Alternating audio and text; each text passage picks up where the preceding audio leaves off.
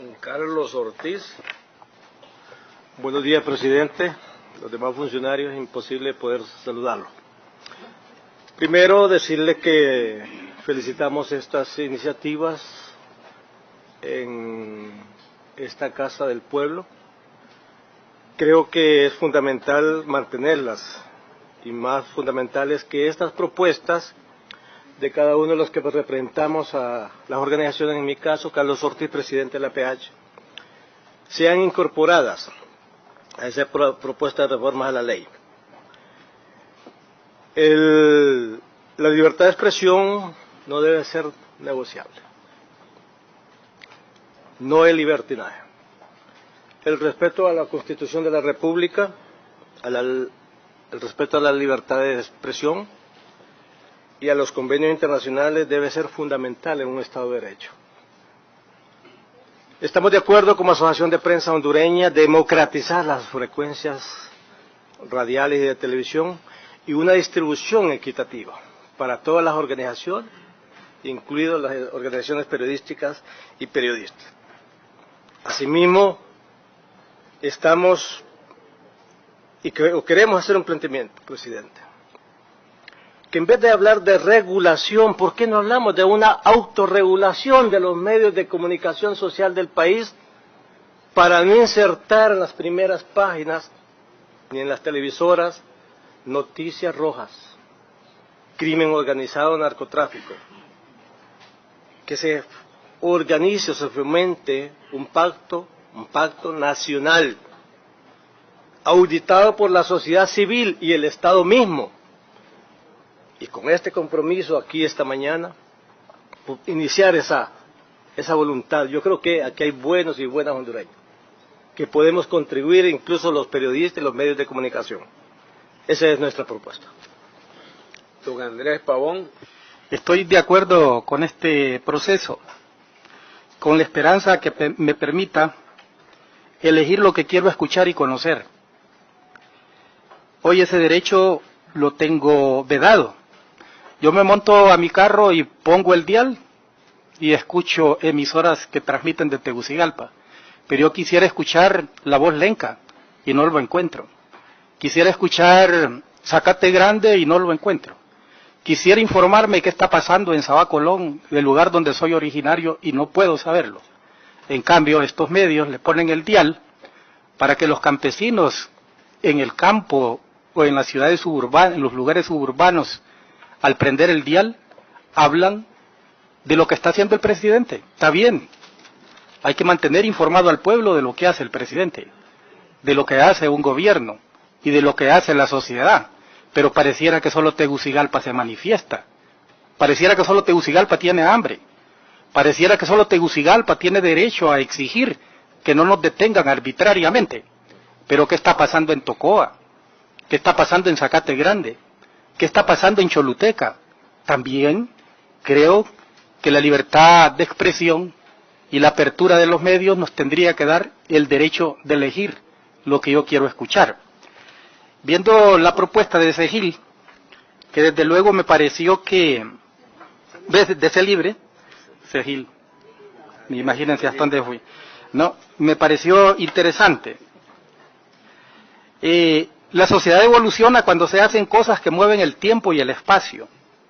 Y hay unos y unas que tienen miedo, otros se enfurecen y otros sienten satisfacción. Esas sociedades se desarrollan y entran en la competencia universal por la paz y la justicia. De ahí, Longino, que no me cabe ninguna duda que sacudieron el mundo y se encontraron un buen socio. Ese socio se llama Porfirio Lobo Sosa, el presidente de la República. Algunos dicen que lo alabo en algunas circunstancias, pero yo no soy socialdemócrata, presidente. Ya que usted con la socialdemocracia pretende impulsar esta gran reforma, yo le aseguro que en el socialismo vamos a poner el satélite también. Muchas gracias. Benjamín Vázquez. Buenos días, compañeros y compañeras. Primero yo soy de la CGT. Les han estado siempre participando en todo tipo de reuniones de estas y creemos de que este tipo de práctica es una práctica muy buena porque hay oportunidad para que todo el mundo se expresa. no lo que hicieron con el compañero y amigo Edras Amado López, que vimos la situación que dio en esos momentos. Yo quiero decirles que en el documento que leí el presidente decía 3 palabras fundamentales: la igualdad, la equidad y la libertad que tiene que darse. Nosotros creemos de que si acá en los medios de comunicación hubiese un poco de equidad, las cosas fuesen muy distintas, pero esa equidad tiene que ser regulada, y ese es el caso a veces que muchos medios no quieren ser regulados, y por eso se da esas informaciones que las vemos por televisión, las escuchamos por la radio, en horas que no tienen que darse. Eso fomenta lo que estamos viviendo, la inseguridad en las comunidades, en las colonias, en los barrios, donde uno no puede entrar si no va acompañado de un vecino de esa comunidad, porque ya empiezan a preguntar o a investigar qué anda haciendo. Yo soy director de pobladores y hemos andado en muchas comunidades y da no sé qué, cuando funcionarios, cuando trabajadores públicos, no les gusta ir a las comunidades porque son investigados, a qué van, a qué lo manda el presidente, todo tipo de cosas. Creemos de que estas cosas tienen que ser muy bien reguladas y como sector laboral estamos claros en eso. La otra cosa, el respeto a la persona como tal tiene que darse.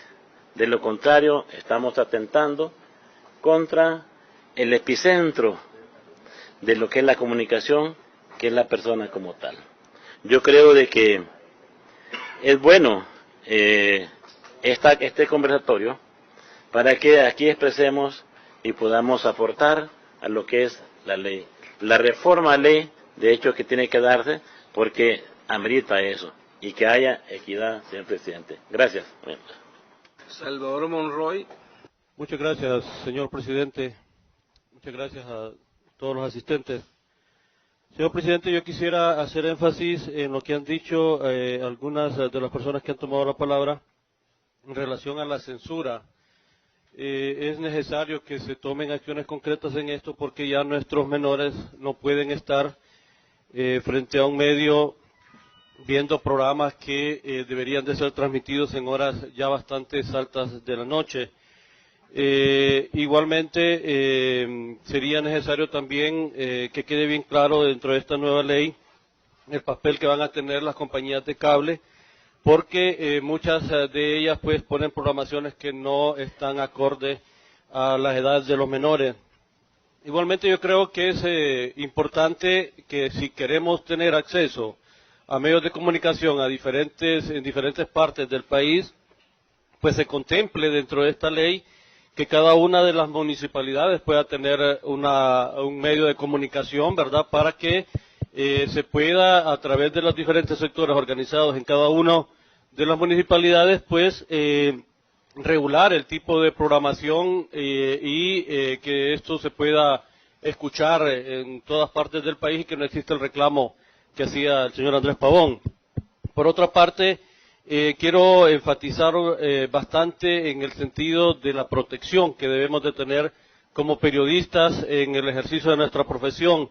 Es importante que existan mecanismos que nos puedan representar en momentos difíciles y que también se pueda castigar a aquellas personas o aquellos entes que atentan contra el oficio del periodismo.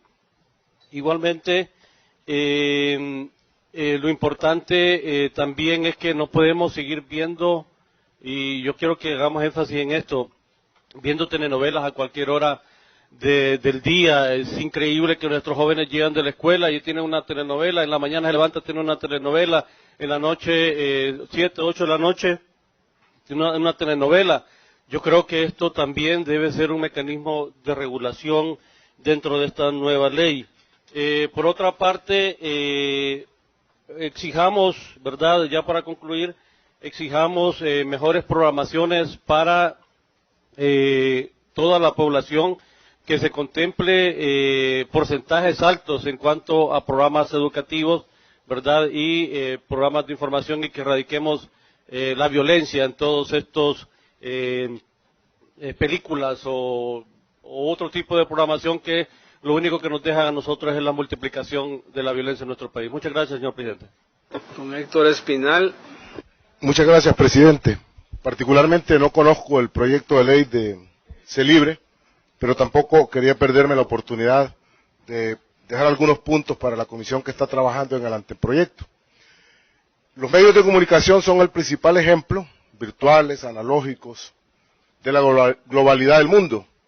Hoy es muy difícil ponerle barrera a un medio de comunicación planetario. Es casi imposible. Y casualmente es una de las ganancias del mundo.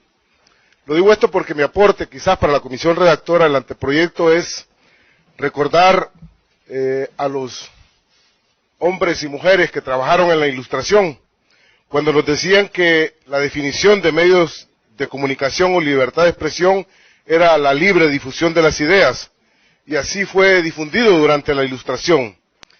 Casualmente, este concepto fue uno de los pilares de la guerra a la independencia de los Estados Unidos y su primera enmienda. La Revolución Francesa también tuvo su hecho trascendental en este esfuerzo y fueron las Cortes las que resolvieron estos temas en el occidente. Yo creo que la ley debe tener este basamento casualmente en dos procesos grandes de los ilustrados y también de lo que ocurrió con la primera enmienda en los Estados Unidos con respecto a la libertad de expresión y la herencia grandísima que nos dejó la Revolución Francesa. El otro argumento que quiero aportar para que lo recoja la comisión de este trabajo es el que nos regalan los juristas norteamericanos, especialmente John Stuart Mill. Imagino que la abogada ha de saber de él bastante y ha de recogerlo bastante. Es una analogía muy importante la que nos regala John Stuart Mill, y nos dice que estando en igualdad de una idea se revela en su capacidad para competir en el mercado. Él habla de la libertad del mercado de las ideas, la cual fue bastante cuestionada. Sin embargo, los individuos, nosotros, apreciaríamos cuáles son las verdaderas, cuáles son las falsas o cuáles son las relativas. Este argumento ha sido fuertemente cuestionado. En su defensa, este abogado argumenta que cuando pocos medios tienen acceso a grandes espacios para difundir sus ideas, pueden imponer sus ideas a grandes mayorías. Y esto tiene que tener el balance. Finalizo rápidamente con lo que recoge casualmente la declaración de San José de Costa Rica de 1969, o sea, la Convención de Derechos Humanos o Pacto de San José de Costa Rica del 69 sobre libertad de pensamiento y libertad de expresión, y únicamente me voy a referir al artículo 5 de ese argumento de 1969. Estará prohibida por toda ley toda propaganda en favor de la guerra y toda apología al odio nacional, racial o religioso que constituya incitaciones a la violación de cualquier otra acción ilegal similar contra cualquier persona o grupo de personas por ningún motivo, incluso los de raza, religión u origen racional. Y quiero cerrar, señor presidente, con un tema que no hemos tocado aquí y que no nos gusta tocar, el tema de límites de la libertad de expresión.